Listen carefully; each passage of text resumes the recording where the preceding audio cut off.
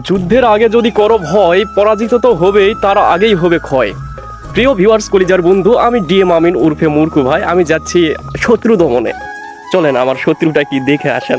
প্রিয় ভিউয়ার্স, আমি চলে এসেছি। আমার শত্রুগুলা দেখেন, আমার শত্রুর অবস্থা দেখেন। তার আগে দাদার সঙ্গে কথা বলি। দাদা, আমাদের বড় শত্রু কি দেখছেন? সেই হ্যাঁ সেই হ্যাঁ দাদা আছে, দাদার শত্রুও কিন্তু ওই একই আমার শত্রু। কিছু বলেন। হ্যাঁ সেই পুল্লা পোল্লা, হ্যাঁ পোল্লা বুঝছেন? পোল্লা, পটল পটল পটল পটল দেখবেন।